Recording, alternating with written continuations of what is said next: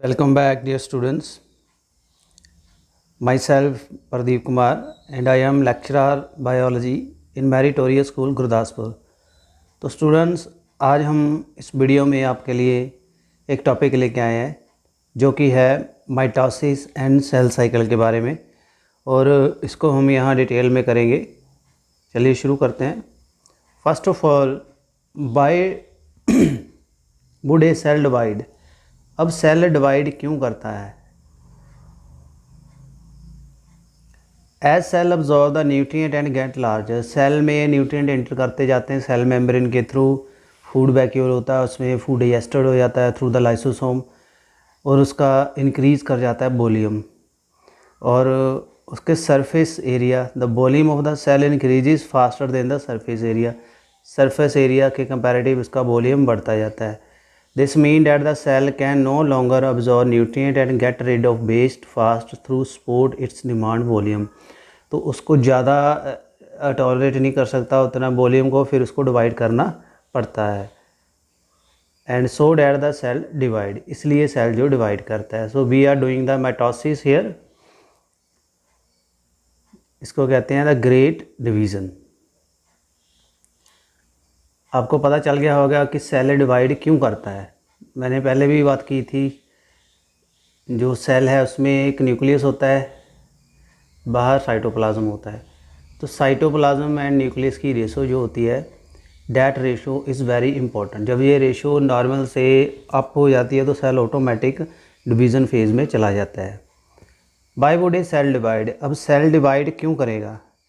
Beside growth a cell divide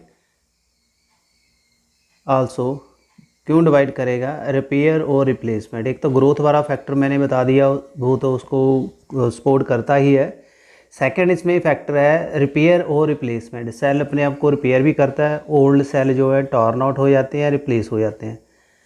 and cancer, cancer की problem होती है इनमें, जो सेल है उनकी अब नॉर्मल डिवीज़न हो जाती है।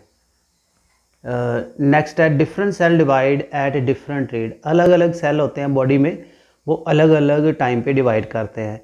जो मैमल के सेल होते हैं वो 12 से 24 घंटे में डिवाइड कर जाते हैं, एंड बैक्टीरिया के सेल जो हैं 20 से 30 मिनट में डिवाइड कर जाते हैं।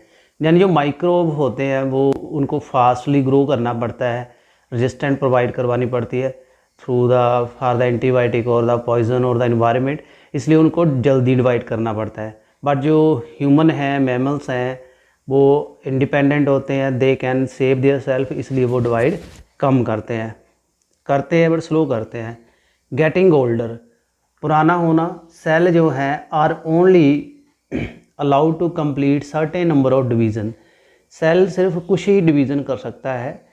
फाइनली दे डाई, सेल की डेथ हो जाती है, उसको कहते हैं प्रोग्राम सेल डेथ। यानी कुछ टाइम तक ही वो माइटोसिस करता है, उसके बाद सेल मर जाता है, डेथ हो जाती है, उसकी डिवीज़न की कैपेबिलिटी ख़त्म हो जाती है। How does a cell division change over life time. अब पूरे लाइफ में डिवीज़न कैसे चेंज होती है? चाइल्डहुड में लेके अगर बात करें, चाइल्डहुड में इक्वल होती है सेल डिवीज़न, उसके बाद डेथ, सेल डेथ बढ़ी है चाइल्डहुड की, वो सेल डेथ से ज़्यादा होती है। यानी जो बच्चे होते हैं, जो प्रोजेनेटर सेल हैं या जंग कंडीशन में है, जंग वन, उनमें सेल डेथ जो कम होगी, सेल डिवीज़न ज़्यादा होगी। बट जो अडल्ट होते हैं उनमें cell death and cell division बराबर होती है। एंड लेटर ईयर में जो सेल डिवीज़न होती है वो सेल डेथ से कम हो जाती है। जैसे ओल्ड हो जाते हैं सेल, जो ओल्ड होते हैं, जो बुजुर्ग होते हैं, उनमें सेल डिवीज़न कम होती है, इसलिए वो ग्रोथ उनकी रुक जाती है किसी टाइम पे जाके। एंड उनके सेल जो जितने भी होते हैं वो डेड होना शुरू हो जाते हैं, इसलिए सेल डेथ जो बढ़ जाती है। तो ये पॉइंट आपको क्लियर हो गया होगा। Cell cycle tidbits. अब सेल साइकिल का भी बताया था, सेल साइकिल होता क्या है। How long is one cell cycle. एक सेल का जो साइकिल है कितनी टाइम रहता है? फर्स्ट ऑफ ऑल डिपेंड करता है, depend on the cell. Cell किस तरह के हैं? स्किन का सेल है 24 आवर, नर्व सेल है equal to nerve after maturity. Cancer cell है वेरी शॉर्ट, यानी नर्व सेल है उसका सेल साइकिल काफ़ी लॉन्ग होगा, यानी रेयरली डिवाइड करता है। स्किन सेल जो डिवाइड करते हैं 24 घंटे बाद डिवाइड कर जाता है। कैंसर सेल बहुत जल्दी डिवाइड करता है, विद इन मिनट्स और सेकेंड। इसमें रिमेंबर आपने करना है, जो एवरी सेल है has only a certain of division, हर एक सेल की कुछ ही डिवीजन्स होती हैं। It can undergo than it dies, फिर बाद में वो डेड हो जाता। जो मैं पहले बता रहा था डेथ के बारे में, प्रोग्राम सेल डेथ, उसको हम कहते हैं एपोप्टोसिस। ये टर्म आपने याद कर लेना है। यानी जब सेल की डिवाइड करने की जो क्षमता है, जो उसकी कैपेबिलिटी है, जब वो ख़त्म हो जाती है, देन सेल क्या कर जाता है, वो एपोप्टोसिस में चला जाता है। नेक्स्ट है cell cycle. So you can see here in this diagram very clearly, जो सेल की सबसे बड़ी फेज़ होती है उसको कहते हैं इंटरफेज़। इंटरफेज़ जो होती है बहुत ज़्यादा टाइम लेती है। यहाँ से लेके मिटोसिस फेज़ से पहले पहले G2 फेज़ तक जितना भी टाइम है, ये जो दिखाया हुआ है ऐसे, इसको हम क्या कहते हैं, इंटरफेज़। इंटरफेज़ को हम प्रेपरेटरी फेज़ का भी नाम देते हैं। और सेल अपने आप को प्रिपेयर करता है, उसको हम इसलिए प्रेपरेटरी फेज़ कहते हैं। और सेकंड इसका नाम है मेटाबॉलिक, ये भी याद कर लीजिएगा, मेटाबॉलिक फेज़। पूछा जाता है सेल में मेटाबॉलिक फेज़ कौन सी होती है, that you would give answer the interphase. तो स्टूडेंट्स इसमें देख सकते हैं, आपको सबसे पहले आता है G1, फिर आता है S, देन आता है G2। G1 होता है ग्रोथ फेज़ 1, S होता है सिंथेसिस फेज़, G2 होता है ग्रोथ फेज़ 2। जो G1 एंड G2 फेजेस हैं, 1 सेकेंड, हाँ यहाँ से देख लीजिए, stages of cell cycle. There are the 2 stages of cell cycle. Interphase इसको कहते हैं growth and replication of DNA। जो आपको मैं यहाँ बता रहा हूँ इसी की ही बात कर रहा है। ग्रोथ फेज़ में आपके क्या होगा, DNA रेप्लिकेशन करेगा, प्रोटीन बनेगी, यानी इसमें आपके RNA बनेगा जिसको ट्रांसक्रिप्शन कहते हैं, एंड ट्रांसलेशन होगी, पॉलीपेप्टाइड बनेंगे, एंड उसके बाद बात करें DNA बनेगा। DNA सिर्फ सिंथेसिस S फेज़ में बनता है, बाकी नहीं बनता है। और उसके बाद सेल M फेज़ में चला जाता है, इसमें माइटोसिस होती है, सेल डिवाइड करता है, इसमें मेटाफेज़ एनाफेज़ आती है। उसके बाद साइटोकाइनेसिस, उसको साइटोप्लाज्म डिवाइड करेगा, 2 में डिवाइड करेगा। 2 फेजेस बताई हुई हैं, जैसे यहाँ पे इंटरफेज़, ठीक है students, and mitotic phase.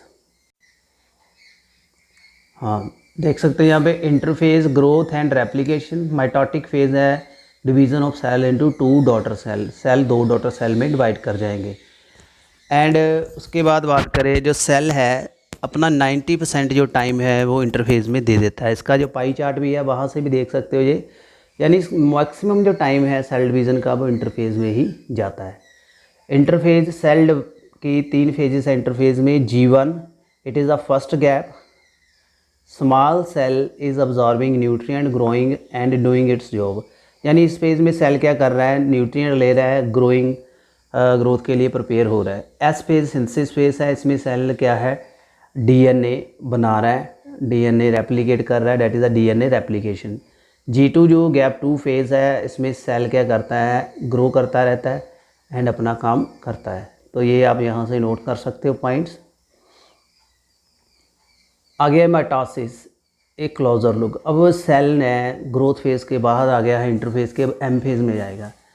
DNA is all twisted up into chromosome. DNA जो है, जब मैं ग्रोथ इंटरफेस की बात करूँ तो DNA आपको लीनियर फेज़ में मिलेगा, थ्रेड लाइक। जैसे जैसे उसकी इंटरफेस ख़त्म होती जाएगी वो मोर कंडेंस हो जाता जाएगा, तो वो क्रोमेटिन से धीरे धीरे क्या बन जाएगा, क्रोमोसोम। ड्यूरिंग एस फेज़ जो क्रोमोसोम कॉपी हो जाते हैं, 2 complete identical set of chromosome आ जाते हैं। जैसे आपकी बॉडी में 2 सेट हैं 2n, जिसको कहते हैं 2n इक्वल टू कितना है आपके पास 46, n होता है 23, यानी हाफ हैप्लॉइड जो कंडीशन में 23 क्रोमोसोम होंगे, डिप्लॉइड में 46, and they are connected in middle by centromere. इसको जोड़ने वाली एक पॉइंट होती है जिसको कहते हैं centromere. And single copied chromosome is called chromatin. अगर इसको तोड़ देंगे, साइड से निकाल देंगे एक साइड, तो वो क्रोमेटिन होगा। तो ये देख सकते हैं आप यहाँ से अनरेप्लिकेटेड क्रोमोसोम है, इसमें अभी आपकी रेप्लिकेशन नहीं हुई, फिर आप डीएनए सिंथेसिस होगी, जैसे डीएनए सिंथेसिस होगा उसके बाद इसमें कंडेंसेशन हो जाती है, वो कंडेंस होके कोगुलेट हो जुड़ जाता है, फिर ये सिस्टर क्रोमेटिड में अपीयर हो जाता है। और बेस्ट जो आपको मैंने एक बार वीडियो में बताया भी था पहले भी, बेस्ट जो आप देख सकते हो क्रोमोसोम वो मेटाफेज में देखते हो। बेस्ट फेज़ है to visualize the chromosome. Next mitotic phase में 4 फेजेस हैं, prophase, metaphase, anaphase, telophase.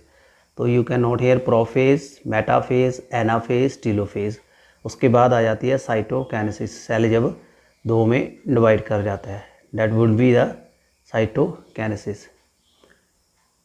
Prophase में क्या होगा स्टूडेंट्स, क्रोमेटिड कंडेंस हो जाते हैं एंड बिकमिंग विजिबल। क्रोमेटिड जो है कंडेंस क्रोमोसोम यानी रेप्लिकेशन में आ गया है, रेप्लिकेशन कंप्लीट हो गई है उसकी एस फेज़ में। उसके बाद क्या करेगा, ये कंडेंस होगा, क्रोमोसोम की अपीयरेंस लेगा। न्यूक्लियस का जो एनवेलप है जो कि न्यूक्लियर कवर कर रहा है वो धीरे धीरे यहाँ पे जड़ना शुरू हो जाएगा, डीजनरेट होगा। सेंट्रियोल जो है makes the microtubule appear and migrate to opposite side. Centriole होते हैं सेल के, 2 ऑपोजिट पोल में चले जाते हैं तो वहाँ स्पिंडल अपरेटस आना शुरू हो जाता है, स्पिंडल जो अपरेटस है बनना शुरू हो जाता है। तो यहाँ देख सकते हो ये इलेक्ट्रॉन माइक्रोग्राफ है सेल का। मेटाफेज आ गई, अभी क्रोमोसोम जो है लाइन अप हो जाएंगे मिडल में, इक्वेटर होता है, मिड लाइन को हम इक्वेटर कहते हैं। ये दोनों पोल हैं सेल के, यहाँ से सेंट्रोमियर राइज हुए हैं और ये जो एस्ट्रल रेज निकल रही है, ये जो रेज लाइक स्ट्रक्चर है इसको हम स्पिंडल अपरेटस कहते हैं। अभी क्रोमोसोम पूरे मिडल में आ गए हैं तो एक ये प्लेट का अरेंजमेंट कर रहे हैं, इसको कहते हैं मेटाफेजिक प्लेट। माइटोसिस में जो मेटाफेजिक प्लेट सिंगल बनती है, मियोसिस 1 में डबल बनती है। सेंट्रोमियर जो है are attach to spindle fibre, centromere जो है स्पिंडल फाइबर से अटैच हो जाते हैं। सो यहाँ से आप देख सकते हो, और ये आपका डायग्राम है, ये स्लाइड है कंपाउंड माइक्रोस्कोप के नीचे ये प्रिपेयर की हुई स्लाइड है, यहाँ से आप इसको विजुलाइज कर सकते हो। मेटाफेज क्रोमोसोम जो है मेटाफेज प्लेट में आ गए हैं, अटैच हो गए हैं इसके साथ। एनाफेज आ गई, एनाफेज में क्या होगा, जो स्पिंडल फाइबर हैं वो कंट्रैक्ट करता है। अब स्पिंडल फाइबर जो है कंट्रैक्ट करना शुरू होगा और वो पोल की साइड में जाना शुरू कर देगा, इस साइड में स्पिंडल जो है मूव करना शुरू कर देगा, क्रोमोसोम को लेके जाएगा। एंड सेंट्रोमियर डिवाइड कर जाता है, जो क्रोमोसोम है ये इसमें से ये डिवाइड कर जाएगा, तो ऐसे अलग अलग एक एक सेगमेंट बन जाता है जिसको हम क्रोमेटिड कहते हैं। ये अलग अलग पोजीशन में जाएंगे, जैसे ये मूव कर रहे हैं इसको कहते हैं क्रोमेटिड मूव कर रहे हैं। एंड सिस्टर क्रोमेटिड जो पुल्ड वे हो जाते हैं टू द पोल, इसको कहते हैं कांग्रेशन स्टेज। ये आपने लिख लेना, यहाँ पे लिखा नहीं है, कांग्रेशन स्टेज जो है that occur in the anaphase. Next देखिए टीलोफेज। जो टीलोफेज होती है इसमें जो क्रोमोसोम है, क्रोमेटिड जो है क्रोमोसोम के पार्ट वो पोल पे आ गए हैं, न्यूक्लियर जो मेम्ब्रेन है अभी उनके अराउंड आनी शुरू हो गई है, यानी यहाँ जो क्रोमेटिड आ गए इसके अराउंड धीरे धीरे न्यूक्लियर मेम्ब्रेन आनी शुरू हो गई है। अब उसके अराउंड 2 न्यूक्लियाई बन गए हैं, ऐसे ये बन रहे हैं। और साइटोकिनेसिस आती है, सेल 2 में डिवाइड करता है, इक्वली डिस्ट्रीब्यूट हो गया 2 सेल में। एनिमल सेल में ये फरो बनती है और प्लांट सेल में बनती है सेल प्लेट, ये सेल प्लेट है। एनिमल सेल में क्या बनेगा, फरो फ्रॉम आउटसाइड टू इन, बाहर से अंदर को क्लीवेज फरो बनती है। एंड प्लांट सेल में सेल प्लेट बनती है, अंदर ही बन जाती है। ये आप देख सकते हो, ये एनिमल सेल है, ये प्लांट सेल है। What mitosis actually look like. अब माइटोसिस एक्चुअल में नज़र कैसे आती है, तो यहाँ आप देख सकते हो, जितना आपको सिमेट्रिकली डायग्राम दिखाए जाते हैं बुक में, एक्चुअली इतनी सिमेट्रिकल नज़र नहीं आती। ये माइक्रोस्कोप की या कंपाउंड माइक्रोस्कोप की स्लाइड्स हैं, ऐसे आपको नज़र आएगी ये माइटोसिस। जैसे इंटरफेज है, यहाँ ऐसे नज़र आएगी, आपको आइडेंटिफाई नहीं कर पाओगे क्या है इसमें, ना तो आपको क्रोमोसोम नज़र आ रहे हैं, कंडेंसेशन नहीं हुई है। प्रोफेज में थोड़े थ्रेड लाइक स्ट्रक्चर आ रहे हैं, न्यूक्लियर इनवेलप थोड़ा वीक नज़र आ रहा है। मेटाफेज में सेंटर में आ रहे हैं, यही इसकी आइडेंटिफिकेशन है। और जैसे ये पोल को जो स्ट्रेच होना जब शुरू हो जाए, इसको आप आइडेंटिफाई करेंगे एनाफेज में, और यहाँ जब फरोज बन जाती है इसको टीलोफेज। तो यहाँ से आप नोट कर सकते हैं। What happen after mitosis. जब माइटोसिस हो जाती है सेल द्वारा, फिर इंटरफेज में आ जाता है। क्रोमोसोम द्वारा अनकॉइल्ड हो जाता है, कंडेंसेशन कम हो जाती है, सेल साइकिल फिर रिपीट होना शुरू हो जाता है। तो यहाँ देख सकते हैं आप, इसमें ये इंटरफेस है G1S G2, फिर यहाँ prophase, metaphase, anaphase, telophase, cytokinesis, ये चलता ही रहता है।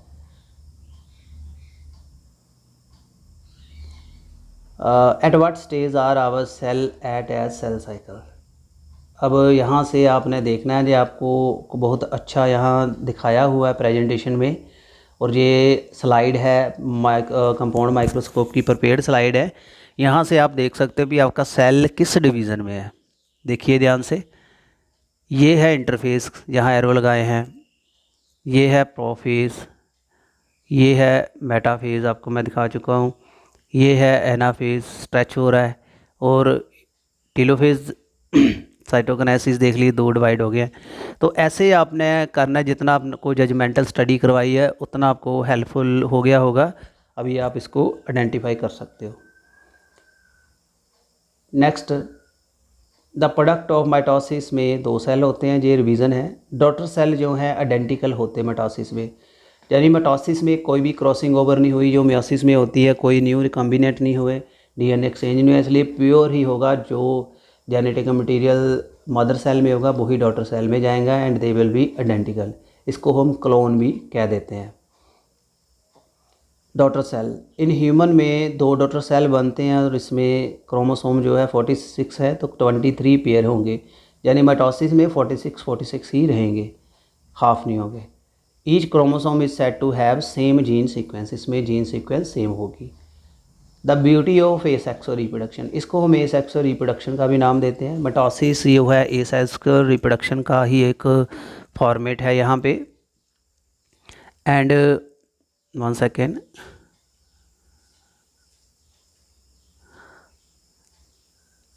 उसके बाद न्यू जो इंडिविजुअल हैं प्रोड्यूस किए जाते हैं by 1 parent turn to identical to their parent. तो यहाँ देख सकते हैं रनर प्रोड्यूस बाय स्ट्रॉबेरी का, ये रनर है प्लांट का, कटिंग में प्लांट का ये तैयार हुआ है, बडिंग हुई है हाइड्रा में, ये सारा ब्यूटी है एसेक्सुअल रिप्रोडक्शन की। So there is another slide for you, you can go through from that। यहाँ से भी आप देख सकते हो, इस स्लाइड से भी। The key role of cell division, cell division से होता क्या है। First of all, ability of organism to produce more of their own kind, इससे न्यू बनते हैं, कंटिन्यूटी ऑफ लाइफ की रहती है, और सेल डिवाइड करता है। ये पोजीशन दिखाई हुई है कैसे आपको क्रोमोसोम अलग अलग स्टेजेस में नज़र आते हैं। तो यहाँ से स्टार्ट हुई है डिवीज़न, जो इंटरफेज है, फिर यहाँ से एंड हो गया, यहाँ पे ऐसे नज़र आएंगे क्रोमोसोम। यूनिसेलर जो ऑर्गेनिज्म है, जो division of 1 cell produce entire organism, multicellular में सेल डिवाइड करते हैं। उसके बाद जो डिवीज़न है, development from the fertilise egg, growth, repair, ये सारा डिवीज़न में आता है। सेल जो डिवीज़न है एक इंटीग्रेटेड पार्ट है सेल साइकिल का। The life of the cell from the formation of its own division. यहाँ देख सकते हो ग्रोथ एंड डेवलपमेंट, ये अमीबा का दिखाया हुआ है, और यहाँ टिश्यू रिन्यू हो रहा है, रिप्रोडक्शन है, ये भी ग्रोथ एंड डेवलपमेंट, ग्रो कर रहा है सेल, साइज इंक्रीज़ कर रहा है। Next is the most cell division result in genetically identical ही बनते हैं, क्योंकि मोस्ट ऑफ सेल डिवीज़न जो है डॉटर सेल बनते हैं with identical genetic material. Exception in meiosis, meiosis को छोड़ के बाकी जितने भी डिवीज़न होती हैं that are identical. Cell organization of genetic material, all the DNA in the cell constitute the cell's genome. A genome can consist of single DNA molecule, prokaryote में haploid को हम जीनोम कहते हैं, और number of the DNA molecule in eukaryote. A DNA molecule in the cell packed into chromosome, DNA जो है chromosome की form में पैक्ड होता है, ये भी आपको क्लियर है। ये स्लाइड्स दिखाई हुई है, ये आपको मैंने बता दिया था पहले, प्रोफेज की स्लाइड है यहाँ पे। यूकैरियोट में जो क्रोमोसोम है क्रोमेटिड का बना हुआ है, डीएनए इंटीग्रेटेड कम्प्लेक्स सुपरकॉइल्ड है। एवरी यूकैरियोटिक स्पीसीज में कैरेक्टरिस्टिक्स नंबर ऑफ क्रोमोसोम है।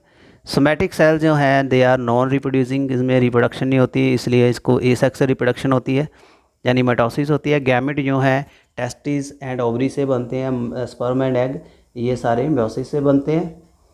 Distribution of chromosome during eukaryotic cell division, यानी in the preparation of cell division DNA पहले रेप्लिकेट होगा, मैं बता चुका हूँ। फिर डुप्लीकेट सेगमेंट में सिस्टर क्रोमेटिड से जुड़ा होगा, मेटाफेज में अपीयर होगा, सेंट्रोमियर आ जाते हैं, फिर स्पिंडल प्रेटस बनता है। ये देख सकते हो एक्चुअल में ऐसे आपको ये इलेक्ट्रॉन माइक्रोस्कोप वैसे नज़र आएगा। ये सेंट्रोमियर है, ये सिस्टर आर्म है, देख सकते हो यहाँ से। During the cell division the two sister chromatid of each duplicated chromosome separate कर जाते हैं और न्यूक्लियाई मूव करते हैं। 2 न्यूक्लियाई को चले जाएंगे टीलोफेज में। वन सेपरेटेड क्रोमेटिड जो है इसको अभी बाद में क्रोमोसोम ही ये बन जाता है। ये क्रोमोसोम है, रेप्लिकेशन से डबल हो गया है। सिस्टर क्रोमेटिड है, एक एक जो इसके सेगमेंट हैं ऐसे ये डिवाइड कर जाता है। यानी फर्स्ट सेकंड थर्ड ये पूरी डिवीज़न कैसे क्रोमोसोम डिवाइड करता है दिखाया हुआ है। सेंट्रोमियर, यहाँ क्रोमोसोम डुप्लीकेशन अकर हो रही है, फिर ये अलग अलग हो गया है। यूकैरियोट में जो माइटोसिस है, जेनेटिक जो मटेरियल है न्यूक्लियस का, साइटोकाइनेसिस में साइटोप्लाज्म डिवाइड करेगा। Gamete are produce by variation of cell division that is called meiosis. Meiosis में नॉन आइडेंटिकल डॉटर सेल बनते हैं। The mitotic phase alternate with the interphase with the cell cycle. 1882 में German के एनाटॉमिस्ट थे Walther Flemming, उन्होंने एक die develop की थी, observe the chromosome during mitosis and cytokinesis. Cell cycle की फेजेस बता चुका हूँ आपको पहले, M phase, interphase, G1 SG2 first gap synthesis 90% ये टाइम लेता है। ये भी आपको डायग्राम पूरा क्लियर हो गया है। बट जो एम फेज़ की फेजेस हैं, prophase, prometaphase, metaphase, anaphase, telophase, ये भी आपको करवा चुका हूँ। ये सेल यहाँ पे शो हो रहा है अलग अलग स्टेजेस में, देख सकते हो यहाँ पे।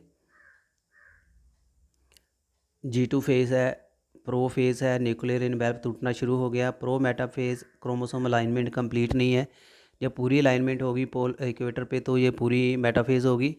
उसके बाद एनाफेज़ हैं, टूटने शुरू हो गए हैं, फिर साइटोप्लाज्म डिवाइड हुआ है, इसको टेलोफेज़। G2 फेज़ का डायग्राम देख लीजिए, pro phase, pro metaphase alignment हो रही है अभी, फिर मेटाफेज़ होगी, फिर एनाफेज़ में क्रोमेटिड आर्म टूट रहे हैं, फिर टेलोफेज़ में साइटोकाइनेसिस होगी। G2 फेज़ है, प्रो फेज़ है, prometaphase, it is from the electron microscope. Metaphase आ गई, एनाफेज़ में डिवाइड हो रहा है, टेलोफेज़ में फरो बन गई है। ये सारे इलेक्ट्रॉन माइक्रोस्कोप के डायग्राम हैं आपकी बेटर अंडरस्टैंडिंग के लिए। जो मेटोटिक स्पिंडल है ये एक स्ट्रक्चर होता है माइक्रोट्यूब्यूल का जो कंट्रोल करता है क्रोमोसोम मूवमेंट का। इसके ऊपर भी थोड़ा देख लीजिए। एनिमल सेल में असेंबली ऑफ स्पिंडल माइक्रोट्यूब्यूल जो है बिगेन होती है इन द सेंट्रोमियर, सेंट्रोमियर में हो जाती है जी, उसका ऑर्गेनाइजर सेंटर है, इससे ही स्पिंडल एपरेटस निकलता है। सेंट्रोसोम रेप्लिकेट करता है ड्यूरिंग इंटरफेस एंड 2 सेंट्रोमियर बन जाते हैं, फिर वहाँ से ये स्पिंडल एपरेटस बनेगा। एस्टर बनते हैं, रेज निकलती हैं, तो एस्ट्रोफाइबर जो है एनिमल सेल में बनते हैं, प्लांट सेल में नहीं बनते, इसलिए प्लांट सेल को एस्टर कहते हैं, एनिमल सेल को एस्टर कहते हैं, प्लांट सेल को एनेस्टर कहते हैं। कनाइटोकोर एक प्रोटीन होती है जो कि सेंट्रोमियर के साथ जुड़ी होती है, इसमें ही जो स्पिंडल एपरेटस जुड़ता है। ये देख सकते हो ये एस्ट्रोफाइबर निकल रहे हैं, जो मेटाफेज की अरेंजमेंट हो रही है क्रोमोसोम की। माइक्रोट्यूब्यूल जो है ये यहाँ से राइज हो रहे हैं। Kinetochore microtubule from opposite pole overlap and push again each other elongating cell, इससे सेल इलोंगेट हो जाता है। एंड टेलोफेज जो है सेल इंटर कर जाता है, फिर वहाँ फरो बनेगी, सेल 2 में डिवाइड करेगा।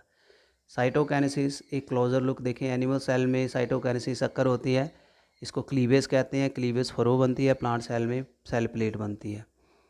ये एनिमल सेल का दिखाया हुआ है, ये फरो बन रही है डिटेल में, ऐसे बनती है एक्चुअल में। जो सेल प्लेट बन रही है प्लांट सेल में, ये एनिमल सेल की फरो है। सैम स्कैनिंग इलेक्ट्रॉन माइक्रोस्कोप से ये दिखाया हुआ है। Student, it is for your better understanding, nucleolus भी अपेयर एंड डिसअपेयर होता है। प्रो फेज़ में न्यूक्लियोलस नज़र आ रहा है, फिर प्रो मेटाफेज़ में, मेटाफेज़ एनाफेज़ में ख़त्म हो जाएगा, टेलोफेज़ में फिर अपेयर होना शुरू हो जाता है। सेल प्लेट, ये आपके काम का नहीं है। Binary fission. माइटोसिस का एवोल्यूशन कैसे हुआ है?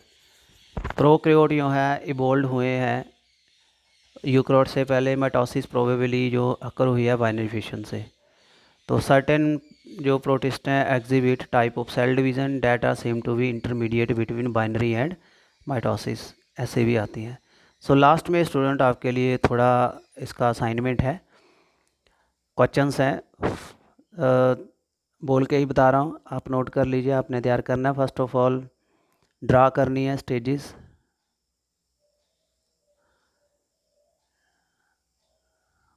पूरी माइटोसिस की स्टेजेस ड्रा करो आप। सेकंड आपके लिए असाइनमेंट वर्क है, टर्म्स हैं थोड़ी आपने देखनी है। Metaphysic plate,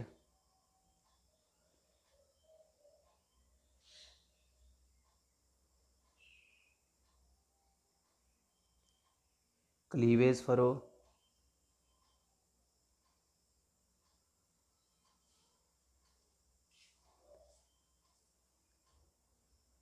difference between mitosis and meiosis, ये कुछ मैं बता चुका हूँ। So thank you very much student, उम्मीद करता हूँ आपको पूरा टॉपिक यहाँ से क्लियर हो गया होगा। Thank you very much.